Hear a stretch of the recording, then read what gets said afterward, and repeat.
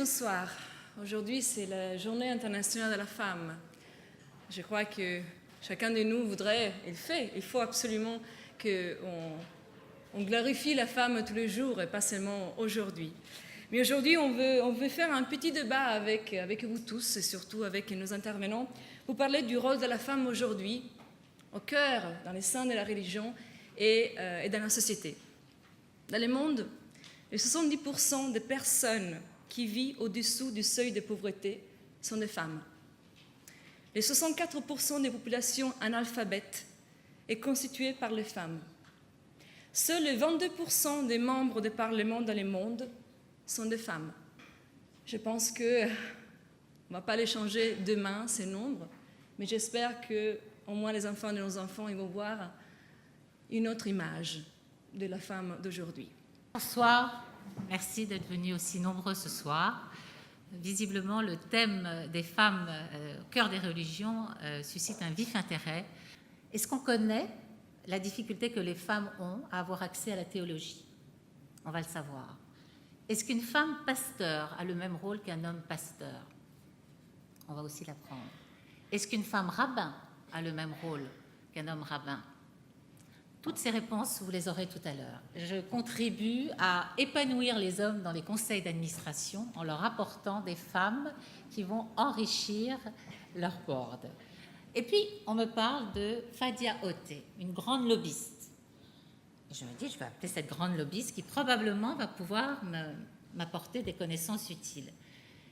Et dans la conversation, je ne sais pas pourquoi, je dis à Fadia que j'organisais cette conférence ce soir.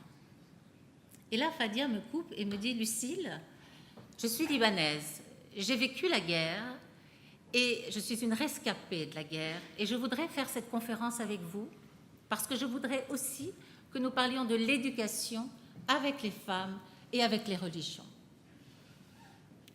Vous connaissez les femmes, action, réaction, ce qui fut dit fut fait.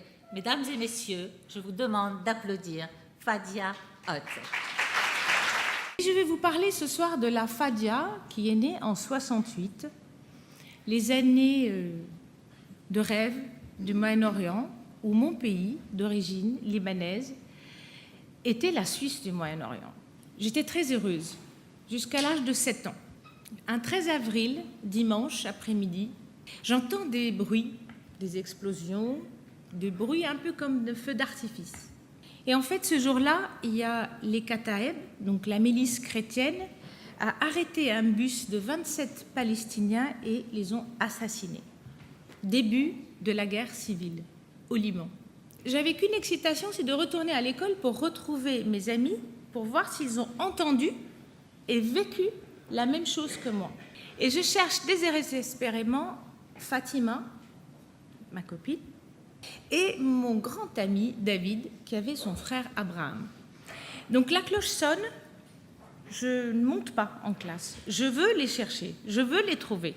Et là, le proviseur, il me dit « Abbas, pourquoi n'es-tu pas en classe ?» J'ai dit « Je cherche Fatima et David. » Il me prend très fortement par les bras et il me secoue et il me dit « Fatima, elle est musulmane.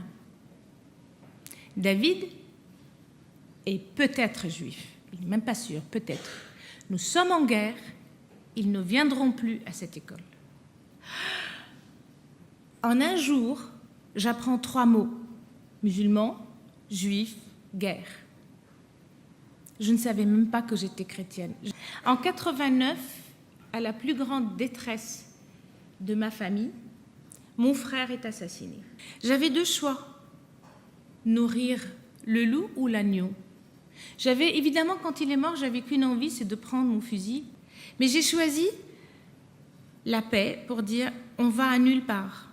Il faut que je nourrisse l'agneau et je ne dois pas me venger. Pourquoi nous, les chrétiens, on ne va plus à l'église? Pourquoi nos jeunes se radicalisent? Pourquoi les musulmans veulent tuer? Il y a un problème. Tout ce qui s'est passé dans ma vie, mon choc à l'âge de 7 ans, ce 13 avril, qu'on m'empêche de voir mon ami, la trahison, l'isolement qui m'a fait peur pendant des années des musulmans et des juifs, et je fais un bond et je dessine Safe World Peace, et j'annonce à ma famille que je vais dévouer ma vie à Safe World Peace pour donner tous mes revenus pour l'éducation des enfants afin qu'ils ne vivent plus jamais la même chose que moi. Je voudrais aussi vous dire, vous êtes là pour nous aider. J'attends de vous ce soir, s'il vous plaît, est-ce que vous ayez une grande sensibilité à réagir.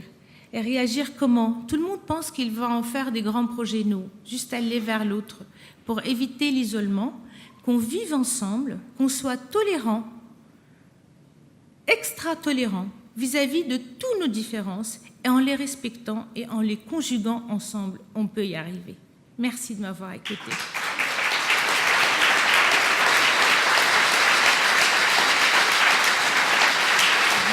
Aujourd'hui, c'est la journée internationale pour le droit des femmes, n'est-ce pas? Les droits des femmes, il faut bien situer ce contexte. Et c'est dans celui-ci que nous nous inscrivons pour nous exprimer, frères, chrétiens, juifs, musulmans, autour de cette table. Déjà, symboliquement, nous sommes 7 autour de cette table qui présente 7 lumières pour faire dissiper les ténèbres et faire jaillir la lumière. Très honoré d'être à côté d'une femme rabbin et très honoré d'être minoritaire autour de cette table puisque nous sommes 3 hommes et 4 femmes. Une chose qui me tient beaucoup à cœur, qui est que la liberté des uns et des unes commence là où commence celle des autres. C'est-à-dire que ma liberté ne peut pas commencer si celle de la personne à côté de moi ne commence pas également. Nous allons vers un âge qui sera celui de la femme. Dans l'avenir, les droits des femmes seront rigoureusement établis partout dans le monde. Elles possèdent les mêmes droits que les hommes et sont leur égales sur le plan spirituel. Les femmes de ma génération des années 60, qui viennent du milieu rural comme moi, ont appris très tôt à se débrouiller, à gérer, à éduquer, à transmettre, à penser, à planifier, à penser par elles-mêmes, comme on le dit chez nous. Et donc, il allait de soi pour moi, petite fille, de rentrer dans le ministère pastoral. Il n'y avait pas de différence à la base entre filles et garçons. Sauf que ce ne fut pas aussi simple, parce qu'il y a d'un côté l'idéal idéologique et théologique, et il y a la réalité pure et simple du milieu social auquel vous appartenez, et de la société et de l'institution. Je suis devenu prêtre grâce à une parole de Saint-Exupéry qui, dans Citadelle, écrivait « À la tête de ma cité, j'installerai des prêtres et des poètes, ils feront s'épanouir le cœur de l'homme. » C'est cette prise de conscience dont nous vivons quelques instants ce soir qui me paraît être de la plus haute importance. Et pour paraphraser cette fois, c'est André Malraux, si tant est qu'il lui dit aussi clairement un jour à propos de l'option spirituelle de notre 21e siècle ou pas, eh bien le 21e siècle finira par être féminin ou ne finira pas. Je sais la contribution qui est la vôtre à chacune et chacun pour la réflexion qui doit être conduite dans notre pays pour la place des femmes dans notre société. C'est un sujet que j'aborde bien souvent avec mon amie Fadia depuis de nombreuses années. Elle mène dans ce domaine un combat avec ses amis qui est un combat remarquable. La vie politique est une vie frénétique qui nous amène à devoir en permanence faire des commentaires plus ou moins pertinents d'ailleurs sur à peu près tout ce qui se passe dans l'actualité. Et puisque j'ai eu, c'est la vie, 18 mois privés de parole, je m'étais imposé cela. Pour un homme d'église, c'est quelque chose qui est assez courant. Pour un homme politique, c'est une souffrance permanente. Ce qui permet de mesurer le degré de modernité d'une société, c'est la place que cette société réserve aux femmes. Je voudrais remercier chaleureusement. Je peux vous regarder, je ne pourrai pas vous remercier chacune de vous, parce que je vais nommer 300 personnes, mais du fond du cœur, je vous remercie de tous vos dons que vous avez faits, parce que cette soirée n'aura pas lieu si vous n'avez pas été là. Merci vraiment de tout mon cœur.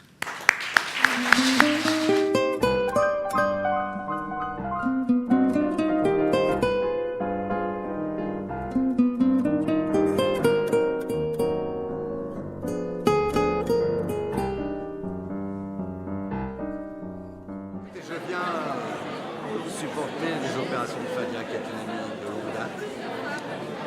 Et ce qu'elle fait est tellement extraordinaire, ça nous rafraîchit de participer à autre chose que des logiques économiques. Donc je viens représenter mon épouse, qui est partie prenante des opérations de Fadia, et je viens aussi assister mon ami de cette grande et belle soirée qui commence très bien. Très bien. Et d'ailleurs, j'imagine qu'à Cannes, Fadia sera à nouveau chez vous, ça je le sais, avec ses bijoux qu'elle va à nouveau promouvoir dans les Non, non. Vous avez dit quelque chose qui dit non. Fadia ne vient pas chez nous quand elle vient à Cannes, elle vient chez elle. Donc Fadia sera, comme toutes les années, elle sera chez elle pendant le festival, voilà. Et on partagera cette quinzaine avec ses amis qui sont toujours les bienvenus. Voilà. Et qui partagent surtout le film d'un côté, qui partagent les idéaux de Fadia qui sont ceux auxquels on tient.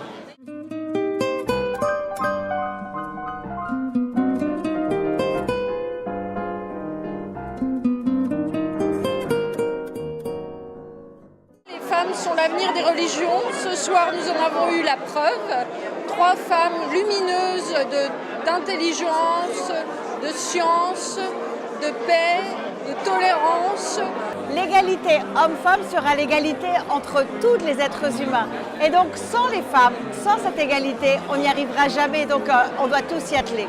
On voit de plus en plus de femmes qui sont chefs d'entreprise, des femmes qui sont rentrées dans tous les rouages importants de la société. Et pourtant, combien de femmes rabbins, de femmes pasteurs, de femmes prêtres, de femmes imams, voilà, celles-là, on les attend. On les attend, elles manquent et il faudrait qu'il y ait une sorte de parité quand même aussi dans ce domaine. La femme du siècle du XXIe siècle, je suppose qu'elle sera vraiment la reine des religions. Il faut absolument tout ça. C'est vrai qu'il y a un vrai souci au niveau des femmes aujourd'hui, au niveau de leur place. Moi, je suis assez féministe. Et assez féminine d'ailleurs. Voilà, et je pense que la citation de Simone de Beauvoir qui dit qu'il faudra toujours rester vigilant par rapport aux droits des femmes, car ils seront remis en question à la moindre crise identitaire, économique, sociale, et c'est vrai. Les religions, c'est quand même l'amour, la tolérance, le respect de l'autre, et les femmes incarnent tout ça. Donc oui, c'est pour ça qu'il faut leur donner la parole davantage. Je suis tout à fait d'accord que la femme est l'avenir de l'homme, parce que derrière chaque homme important, il y a une femme qui a fait sa carrière. Est-ce que la femme est l'avenir des religions? Alors là, c'est une question absolument incroyable, magnifique, très belle. Je suis incapable d'y répondre. Ce que je peux vous dire, c'est que la femme est au cœur de l'amour inconditionnel. Ça, c'est sûr.